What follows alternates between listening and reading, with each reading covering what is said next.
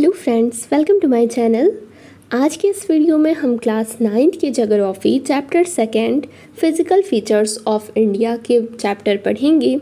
जैसा कि आप जानते हैं कि भारत कई स्थलाकृतियों वाला एक बहुत बड़ा विशाल देश है। आप किस प्रकार के क्षेत्र या भूभाग में रहते हैं? अगर आप मैदानी क्षेत्र में रहते हैं तो आप वहाँ के दूर तक फैले विशाल मैदानों से तो परिचित होंगे, और अगर पर्वतीय क्षेत्र के निवासी हैं तो आप पर्वतीय ढलानों और घाटियों से भली भांति परिचित होंगे। वास्तव में हमारे देश में हर प्रकार की भू आकृतियाँ पाई जाती हैं, जैसे पर्वत, मैदान, मरुस्थल, पठार और द्वीप समूह। आप ये सोच रहे होंगे कि ये कई प्रकार की भू आकृतियाँ कैसे बनी। अब हम भारत की मुख्य भू आकृतियों की विशेषताएं और उनकी संरचनाएं के बारे में जानेंगे। यहाँ कई प्रकार की शैलें पाई जाती हैं, जिनमें से कुछ संगमरमर की तरह कठोर होती है, जिसका प्रयोग ताजमहल के निर्माण में हुआ है, और कुछ सीलखड़ी की तरह मुलायम होती है, जिसका प्रयोग टेल्कम पाउडर बनाने में होता है। एक स्थान से दूसरे स्थान तक मिट्टी के रंगों में कई भिन्नता पाई जाती है, क्योंकि मिट्टी कई प्रकार की शैलों से बनी होती है। क्या आपने कभी इन विविधताओं के कारण के बारे इन सारे कारणों के बारे में सोचा है? इनमें से अधिकतर विविधताएं शैलों के निर्माण में भिन्नता के कारण होती है। भारत एक विशाल भूभाग, इसका निर्माण कई भूगर्भीय कालों के दौरान हुआ है, जिसने इसके उच्चावचों को प्रभावित किया है। भूगर्भीय निर्माणों के अतिरिक्त कई और भी प्रक्रियाएं, जैसे कि अपक्षय, अपर्दन और निक्षेपण के द्वारा वर्तमान उच्चावचों का निर्माण और संशोधन हुआ है। मेजर फिजियोग्राफी डिवीजन्स कुछ प्रमाण पर आधारित सिद्धांतों की सहायता से भूगर्भ शास्त्रियों ने इन भौतिक आकृतियों के निर्माण की व्याख्या करने की कोशिश की है। इसी तरह का एक सर्वमान्य सिद्धांत प्लेट विवर्तनांक का सिद्धांत है। इस सिद्धांत के अनुसार पृथ्वी की ऊपरी परपट्टी 7 बड़ी और कुछ छोटी प्लेटों से बनी हुई है। प्लेटों की गति के कारण प्लेटों के अंदर और ऊपर की ओर स्थित महाद्वीप शैलों में दबाव उत्पन्न होता है। इसके बाद वलन, भंशरीकरण और ज्वालामुखी क्रियाएं होती हैं। सामान्य तौर पर इन प्लेटों की गतियों को 3 वर्गों में विभाजित किया गया है।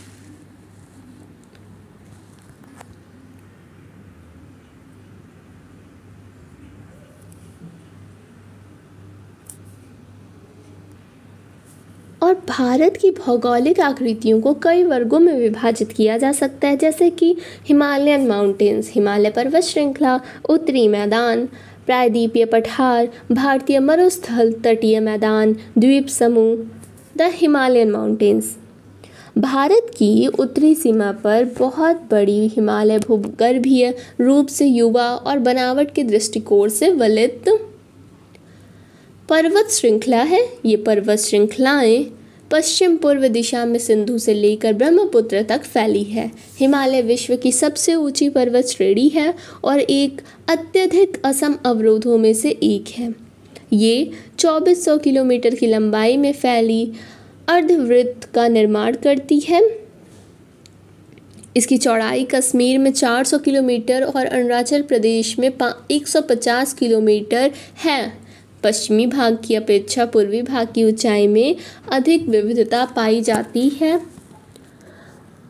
अपने पूरे देशांतरीय विस्तार के साथ हिमालय को 3 भागों में बांट सकते हैं। इन श्रृंखलाओं के बीच बहुत अधिक संख्या में घाटियां पाई जाती हैं। सबसे उत्तरी भाग में स्थित श्रृंखला को महान या आंतरिक हिमालय या हिमाद्री कहते हैं।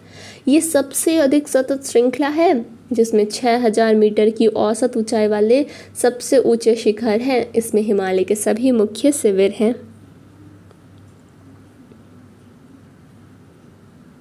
महान हिमालय के वलय की प्रकृति असममित है। हिमालय के इस भाग का क्रोड ग्रेनाइट का बना है।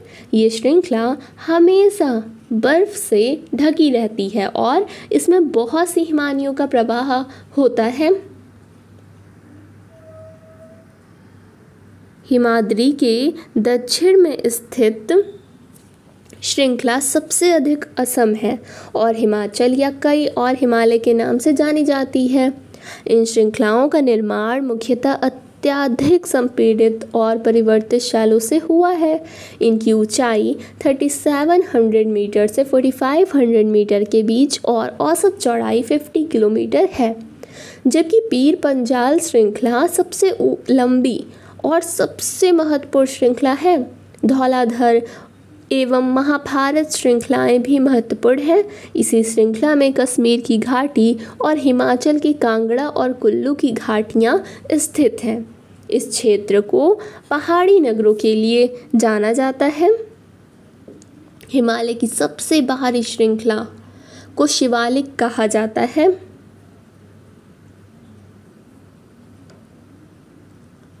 इसकी चौड़ाई 10 से 50 किलोमीटर और ऊंचाई 900 से 1100 मीटर के बीच है। ये श्रृंखलाएं उत्तर में स्थित मुख्य हिमालय की श्रृंखला से नदियां द्वारा लाई गई असंपीड़ित अवसादों से बनी हैं। ये घाटियां बजरी और जलोढ़ की मोटी परत से ढकी हुई है। निम्न हिमाचल और शिवालिक के बीच में स्थित लंबवत घाटी को दून के नाम से जाना जाता है। कुछ प्रसिद्ध दून हैं देहरादून, कोटली दून और पाटली दून। इस उत्तर दक्षिण के अलावा हिमालय को पश्चिम से पूर्व तक स्थित क्षेत्रों के आधार पर भी विभाजित किया गया है। इन वर्गीकरणों को नदी घाटियों की सीमाओं के आधार पर किया गया है, जैसे कि सतलुज और सिंधु के बीच स्थित हिमालय के भाग को पंजाब हिमालय के नाम से जाना जाता है, लेकिन पश्चिम से पूर्व तक क्रमशः इसे कश्मीर और हिमाचल हिमालय के नाम से भी जाना जाता है। सतलुज और काली नदियों के बीच स्थित हिमालय के भाग को कुमाऊं हिमालय के नाम से भी जाना जाता है। काली और तिस्ता नदियाँ नेपाल हिमालय का और तिस्ता तथा दिहांग नदियाँ असम हिमालय का सीमांकन करती है। हिमालय के कुछ क्षेत्रीय और नाम का पता लगाइए। ब्रह्मपुत्र हिमालय की सबसे पूर्वी सीमा बनाती है। दिहांग महाखड्गार्ज के बाद हिमालय दक्षिण की ओर एक तीखा मोड़ बनाते हुए भारत की पूर्वी सीमा के साथ फैल जाता है। इन्हें पूर्वांचल या पूर्वी पहाड़ियाँ और पर्वत श्रृंखलाओं के नाम से जाना जाता है। ये पहाड़ियाँ उत्तर पूर्वी राज्यों से होकर गुजरती हैं और मजबूत बलुआ पत्थरों जो अवसादी शैल हैं उनसे बनी हैं। ये घने जंगलों से ढकी हैं और अधिकतर समानांतर श्रृंखलाओं और घाटियों के रूप में फैली हुई हैं। पूर्वांचल में पटकाई, नागा, मिजो और मणिपुर पहाड़ियाँ शामिल हैं। द नॉर्दर्न प्लेन उत्तरी मैदान 3 प्रमुख नदी प्रणालियों जैसे सिंधु, गंगा और ब्रह्मपुत्र इनकी सहायक नदियों से बना है। ये मैदान जलोढ़ मिट्टी से बना है। लाखों सालों में हिमालय के गिरिपाद में स्थित बहुत बड़े बेसिन में जलोढ़ों का निक्षेप हुआ, जिससे इस उपजाऊ मैदान का निर्माण हुआ है। इसका विस्तार 7 लाख वर्ग किलोमीटर के क्षेत्र पर है। ये मैदान लगभग 2400 किलोमीटर लंबा और 240 से 320 किलोमीटर चौड़ा है। क्या आप जानते हैं कि ब्रह्मपुत्र नदी में स्थित माजुली विश्व का सबसे बड़ा नदीय द्वीप है, जहां लोगों का निवास भी है। ये सघन जनसंख्या वाला भौगोलिक क्षेत्र है। समृद्ध मृदा आवरण, पर्याप्त पानी की उपलब्धता और अनुकूल जलवायु के कारण कृषि की दृष्टि से ये भारत का अत्यधिक उत्पादक क्षेत्र है। उत्तरी पर्वतों से आने वाली नदियाँ निक्षेपण कार्य में लगी हैं। नदी के निचले भागों में ढाल कम होने के कारण नदी की गति कम हो जाती है, जिसके परिणाम स्वरूप नदीय द्वीपों का निर्माण होता है। ये नदियाँ अपने निचले भाग में गाद एकत्र हो जाने के कारण बहुत सी धाराओं में बढ़ जाती हैं। इन धाराओं को वितरिकाएं कहा जाता है। क्या आप जानते हैं दोआब का मतलब क्या होता है? दोआब का अर्थ है 2 नदियों के बीच का भाग। दोआब 2 शब्दों से मिलकर बना है, दो और आब यानी कि पानी। इसी प्रकार पंजाब भी दो शब्दों से मिलकर बना है। पंज का अर्थ होता है पांच और आब का मतलब होता है पानी। पंज का मतलब पांच और आब का मतलब पानी है। उत्तरी मैदान को मोटे तौर पर 3 उपवर्गों में विभाजित किया गया है।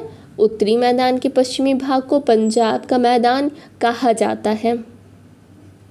सिंधु और इसकी सहायक नदियों के द्वारा बनाए गए इस मैदान को बहुत बड़ा भाग पाकिस्तान में स्थित है। सिंधु और इसकी सहायक नदियां झेलम, चेनाब, रावी, ब्यास और सतलुज हिमालय से निकलती है। मैदान के इस भाग में दोआबों की संख्या बहुत अधिक है। गंगा का मैदान का विस्तार घग्गर और तिस्ता नदियों के बीच है। ये उत्तरी भारत के राज्यों हरियाणा, दिल्ली, उत्तर प्रदेश, बिहार, झारखंड के कुछ भाग और पश्चिम बंगाल में फैला हुआ है। ब्रह्मपुत्र का मैदान इसके पश्चिम विशेषकर असम में स्थित है। उत्तरी मैदान की व्याख्या सामान्यतः इसके उच्चावचों में बिना किसी विविधता वाले समतल स्थल के रूप में की जाती है। ये सही नहीं है। इन विस्तृत मैदानों की भौगोलिक आकृतियों में भी विविधता है। आकृतिक भिन्नता के आधार पर उत्तरी मैदानों को 4 भागों में विभाजित किया जा सकता है। नदियां पर्वतों से नीचे उतरते समय शिवालिक की ढाल पर 8 से 16 किलोमीटर की चौड़ी पट्टी में गुटिका का निक्षेपण करती है। इसे भाबर के नाम से जाना जाता है। सभी सरिताएं इस भाबर पट्टी में विलुप्त हो जाती हैं। इस पट्टी के दक्षिण में ये सरिताएं और नदियां फिर से निकल आती हैं और नम और दलदली क्षेत्र का निर्माण करती है, जिसे तराई कहा जाता है। ये वन्य प्राणियों से भरा घने जंगलों का क्षेत्र था। बंटवारे के बाद पाकिस्तान से आए शरणार्थियों को कृषि योग्य भूमि उपलब्ध कराने के लिए इस जंगल को काटा जा चुका है। इस क्षेत्र के दुधवा राष्ट्रीय पार्क की स्थिति को पता लगाइए। उत्तरी मैदान का सबसे विशालतम भाग पुराने जलोढ़ का बना है। वो नदियों के बाढ़ वाले मैदान के ऊपर स्थित है और वेदिका जैसी आकृति प्रदर्शित करती है। इस भाग को भांगर के नाम से जाना जाता है। इस क्षेत्र की मृदा में चूनेदार निक्षेप पाए जाते हैं, जिसे स्थानीय भाषा में कंकड़ कहा जाता है।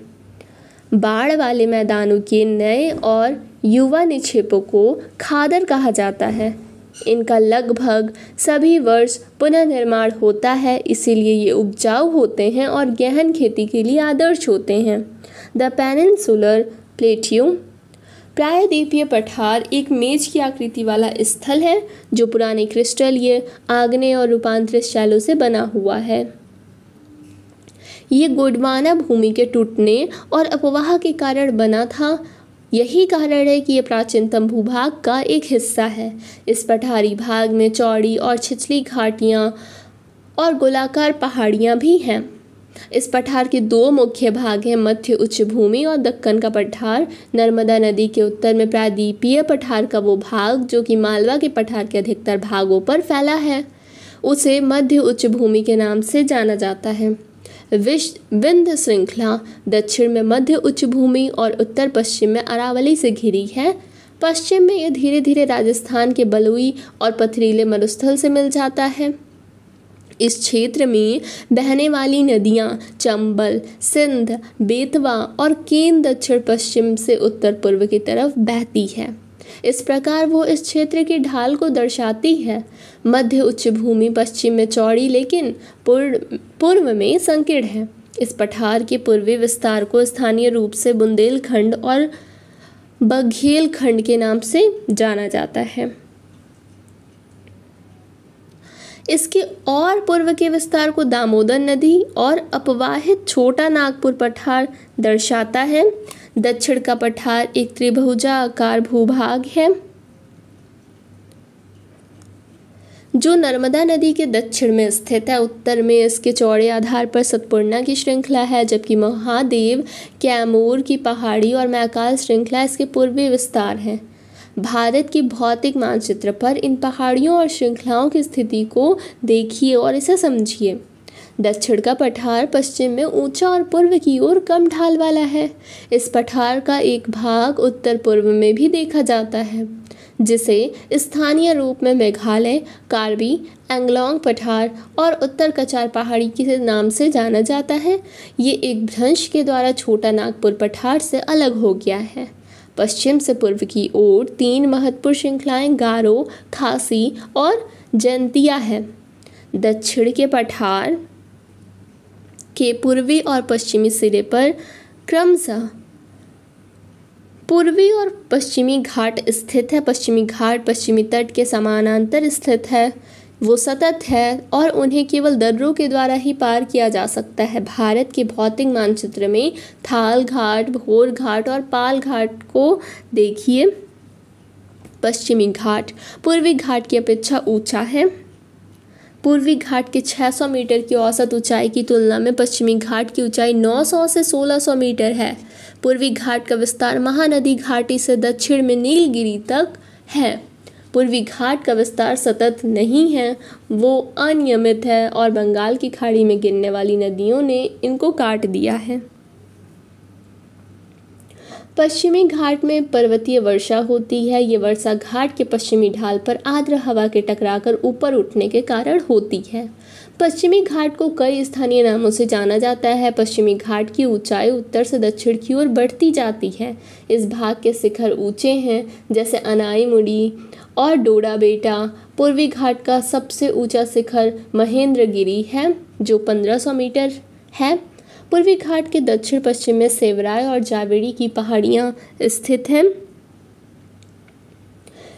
उडंग मंगलम, जिसे ऊटी के नाम से जाना जाता है, और कोडेकनाल जैसे प्रसिद्ध पहाड़ी नगरों की स्थिति मानचित्र में आप मैप में देखिए।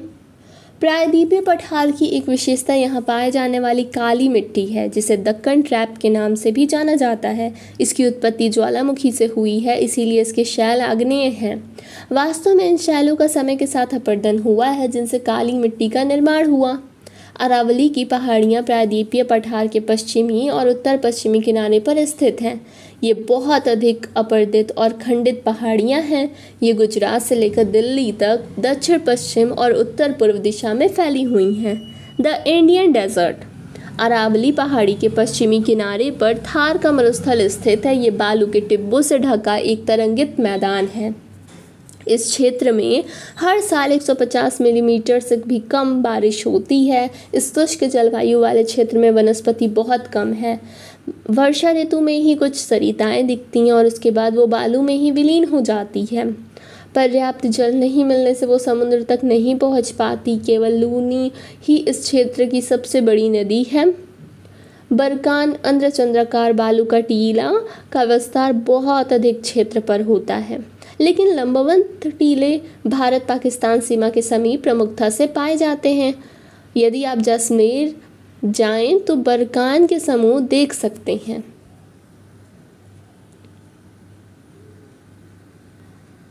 द कोस्टल प्लेन्स प्रायद्वीपीय पठार के किनारों संकीर्ण तटीय पट्टियों का विस्तार है। ये पश्चिम में अरब सागर से लेकर पूर्व में बंगाल की खाड़ी तक विस्तृत है।